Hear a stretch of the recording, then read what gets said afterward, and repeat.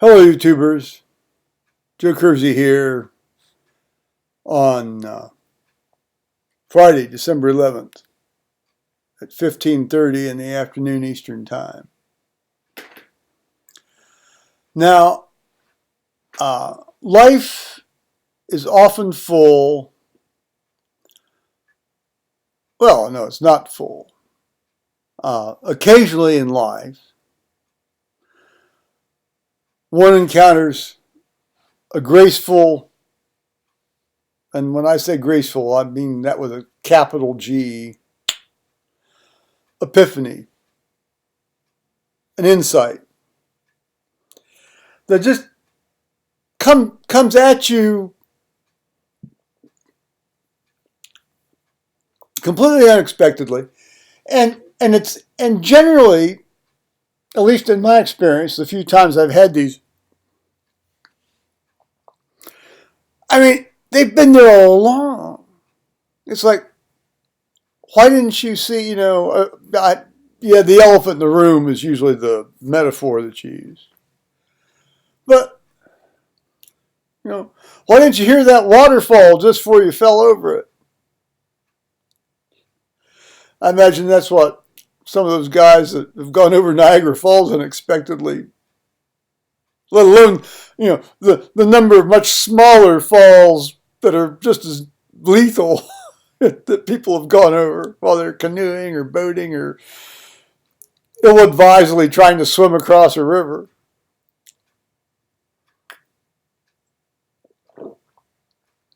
You have these from time to time. Now, back in October, there was this, well, every October there's this thing they try to do called Coming Out Day.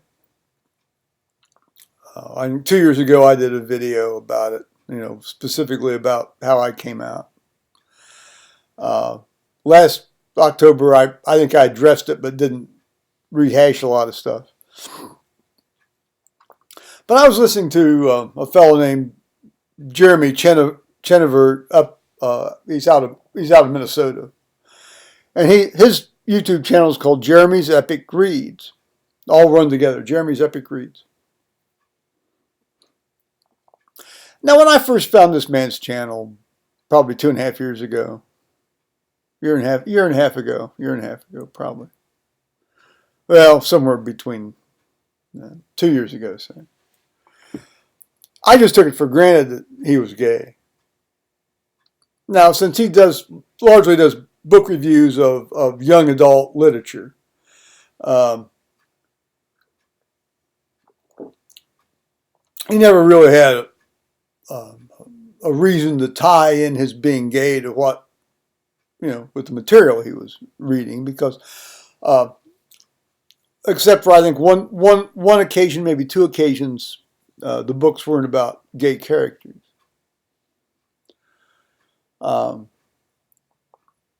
But he overtly came out today in his most recent video. It really moved me to tears. It really did.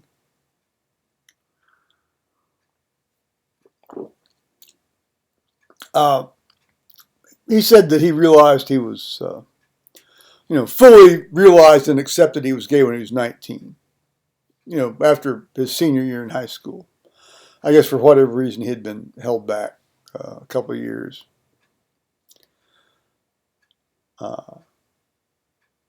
And he said he sort of thought maybe he was when he was 17. And now at the age of 24, he says he's, yeah, I'm gay.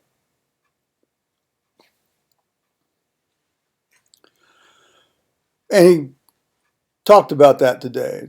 I highly recommend it.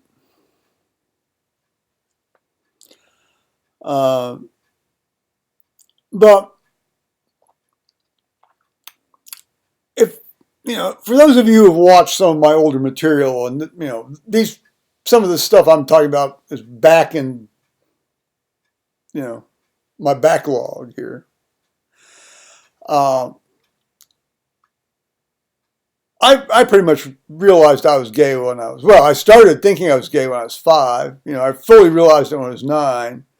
I really, really realized it when I was, between 12 and 13. When,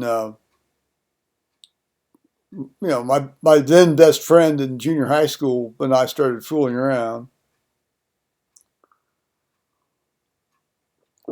I knew it for a fact when I was, let's see, was I 14 or 13?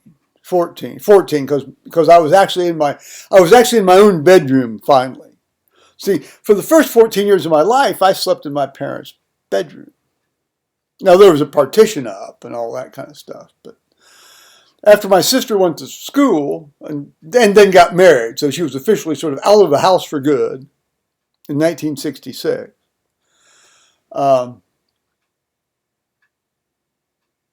65.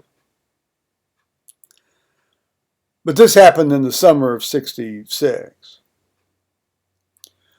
The only time actually I had one of these sort of like sleepovers, with my good friend, with whom I was fooling around. I was, let's just put the kids and dogs away together on this one, guys, because it's, going to be very frank. I was sucking his dick and he came in my mouth. At that very moment, my dad opened the bedroom door. No knocking, by the way, just opened the bedroom door. Because, he was in his, well, let's see, he would have been 50, 40, he would have been 60. Could have been 59. Anyway, older guys have to get up at night and go to the can, take a leak.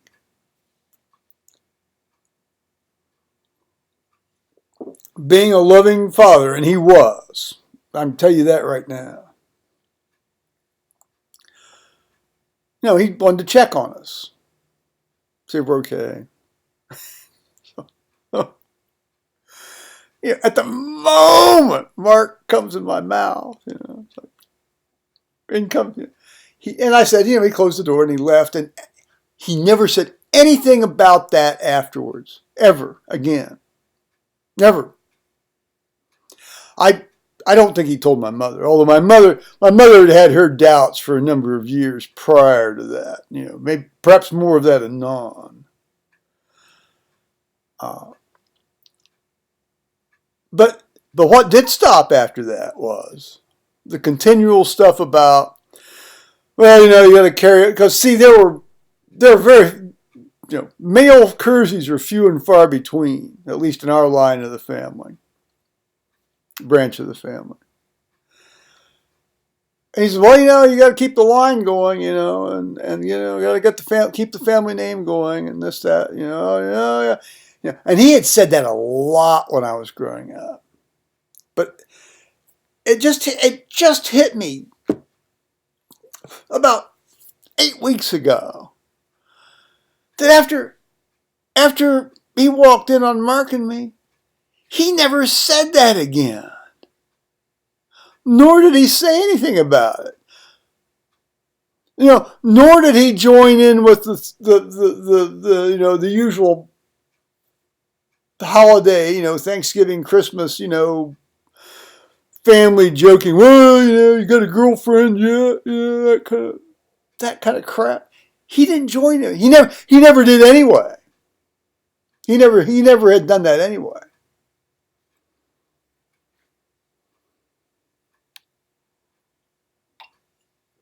And it just hit me.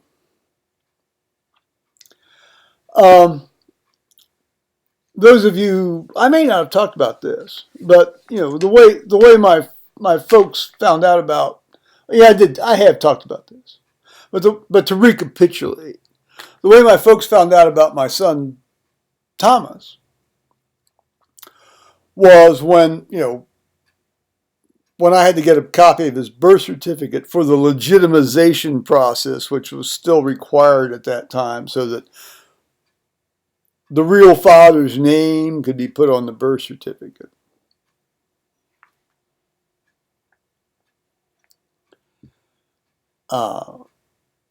It got sent to my, my home in Lebanon where I'd grown up, rather than my apartment, in Columbus where I was living. Because they sent it to the address on the check rather than the address I included in the letter requesting this birth certificate.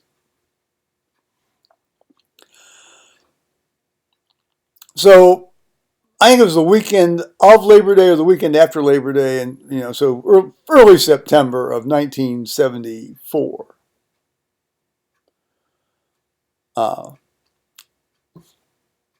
Myself, Faith, my now ex-wife, Thomas, who was at that point around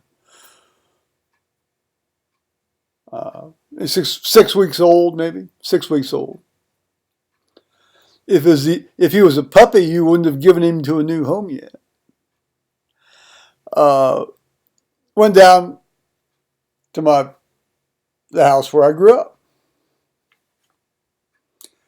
I think my sister may have been there too, and her husband. I don't know. No, I think it was just the five of us.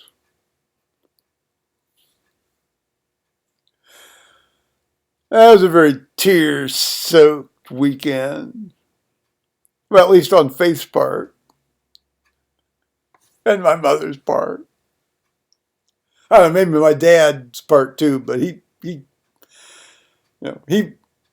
maintained, and so did I. But we had to run into town for some reason.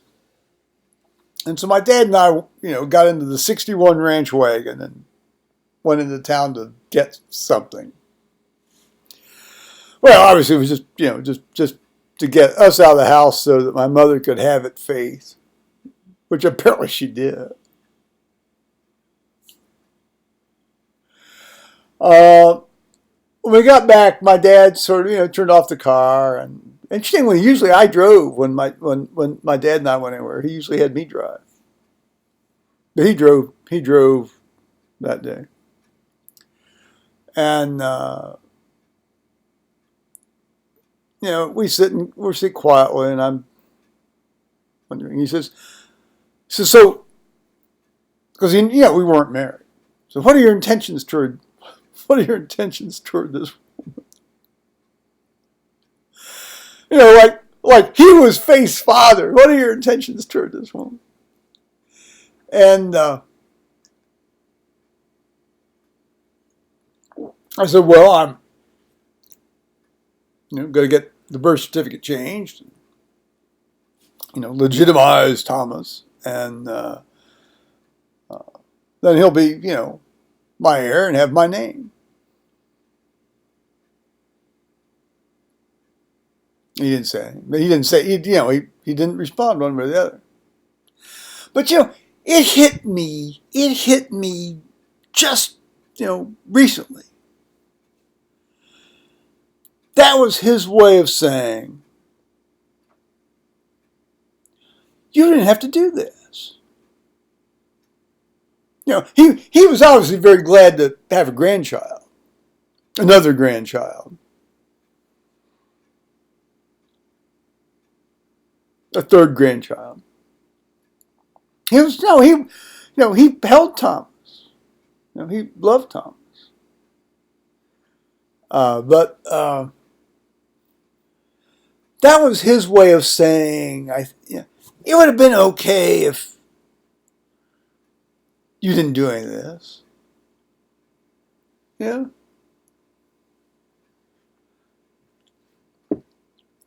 He never mentioned the carrying on the family name stuff again after he walked in on us.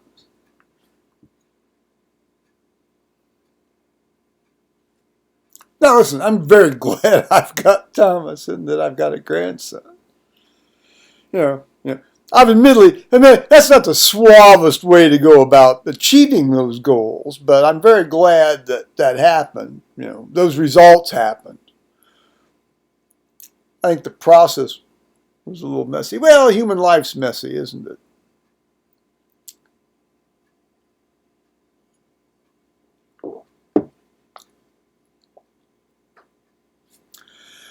And,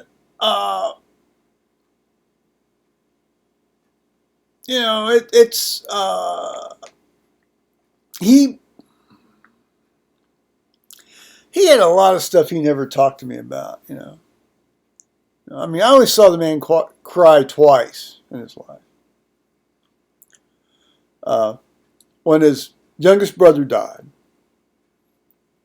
Now, he may have cried when Uncle Jack died, his older brother. When his younger brother died, he cried as we were, after we buried him, after he was buried. And he says, he says, you've never had a brother, you'll never understand. And that's true. I'd like to imagine I could understand, but obviously I can't understand.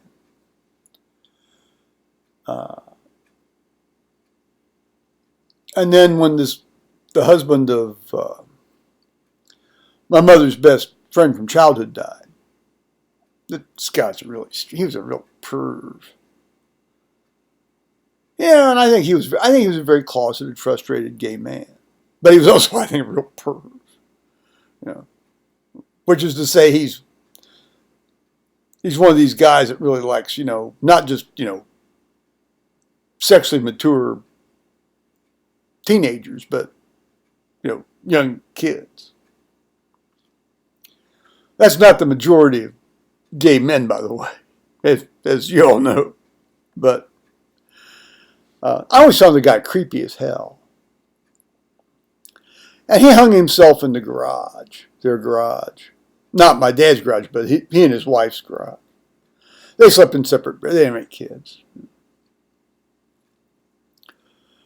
And no, there's a set of assumptions there, isn't it, Joe? Oh, Joe, you're making some assumptions. Anyway, that's what he did. And he cried, and I thought, fuck, I wouldn't shed a tear over this man. He was creepy as hell. I'm sorry if he was a frustrated gay man, but this guy really liked, it was very obvious to me when I was a young guy, like 9, 8-year-old kid. We always went to their house on New Year's Eve. This guy's creepy as hell. Like, and then my dad cried about this man.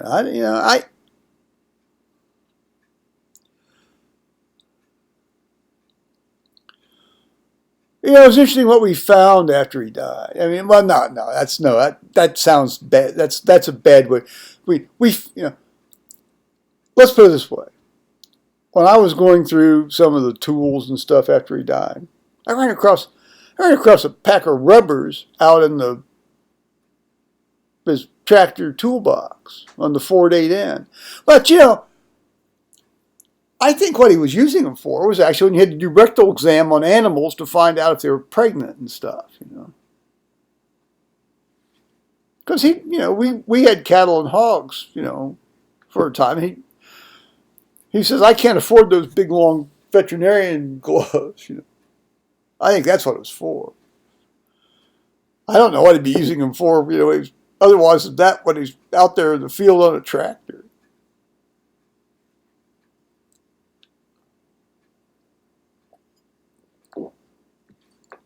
And, so I think it hit me, my dad knew, and how much easier it would have been for him and me and everybody, although maybe not for Thomas and Carter because they wouldn't exist.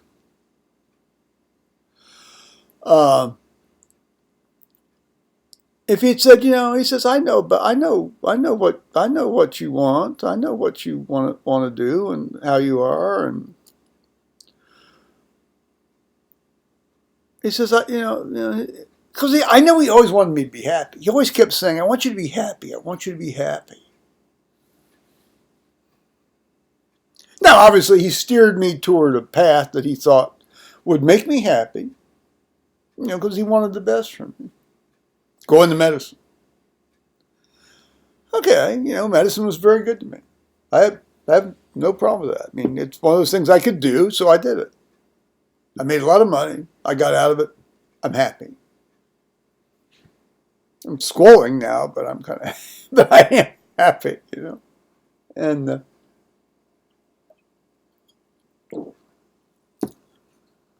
but it's we are, so many of us, prisoners of our own past, or prisoners of the past.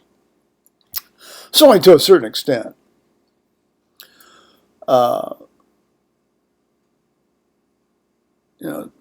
It's like, the past is another country. We can't go there. I would disagree. I think part of ourselves lives in it every day, for better or worse. A lot of it's for better.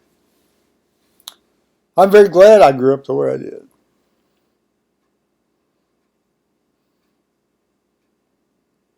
Well, okay, that was a little insight I had, and I thank Jeremy Chenevert for eliciting that little response in me.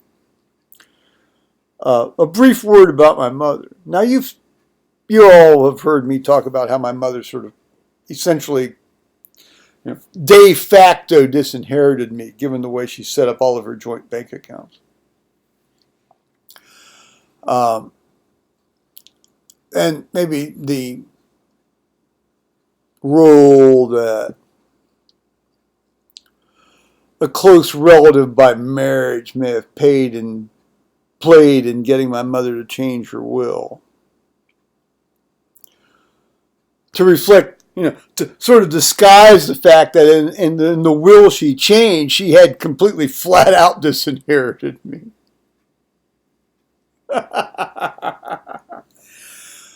But my mother, much as my dad had an obsession with shine shoes, it's an indication of how somebody would take care of an expensive piece of equipment or object. Because when he grew up, shoes were really, really, really expensive. And so if you took care of them, that indicated you had some pride and valued things and how to take care of things. And if you didn't, then out the door. Obviously, that's not the case nowadays. It hasn't been for quite some time. He never could get over that fact. My mother was also really obsessed with appearances. When I was a very heavy lad growing up, and at various times, certainly when I stopped work, I was quite heavy. When I got up to 270, I said, Joe, you got to lose some weight, you're going to die. So I did. I mean, it's pure and simple. If you're going to die, you're going to die. So I didn't want to die, so I lost weight. But she had a thing. Well, they both had a thing about people having bowel movements. Well, when you grew up on outhouses, it helps to be able to go take a crap, in a timely, efficient manner. Let's say that again. When you grow up in an outhouse, it helps to be able to take a crap in a timely, efficient manner, particularly when it's winter. Now, my sister, God bless her, she grew up using an outhouse till she was, she was born in the winter of 1943. So December 1940. So they got their indoor toilet in 49 or 50. So the first 5 or 6 years of her life, she grew up using an outhouse. My dad always made us eat prunes when we were traveling. He'd spit the seeds out. They generally blew back in the window. He'd spit out the side, but it'd come back in the rear window and hit one of us in the face. But my mother had a thing. She was always she had this jar of borax ointment. She'd stick it up my butt. She was doing that till I was about 5. I thought there was something strange about it then. I think it's something even more strange about it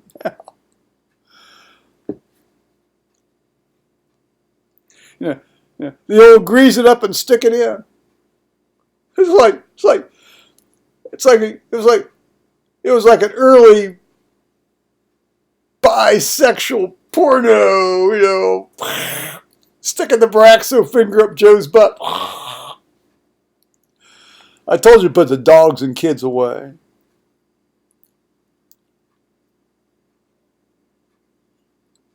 Well, I hope she fucking enjoyed it, because I sure as hell didn't. Oh, maybe nowadays.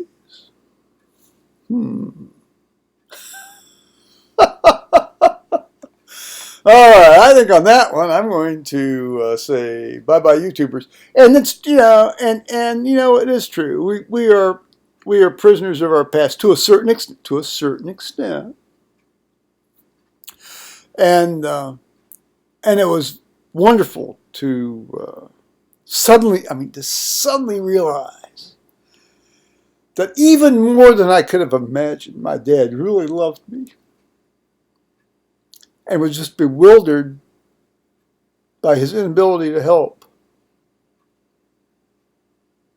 So bye-bye, YouTubers.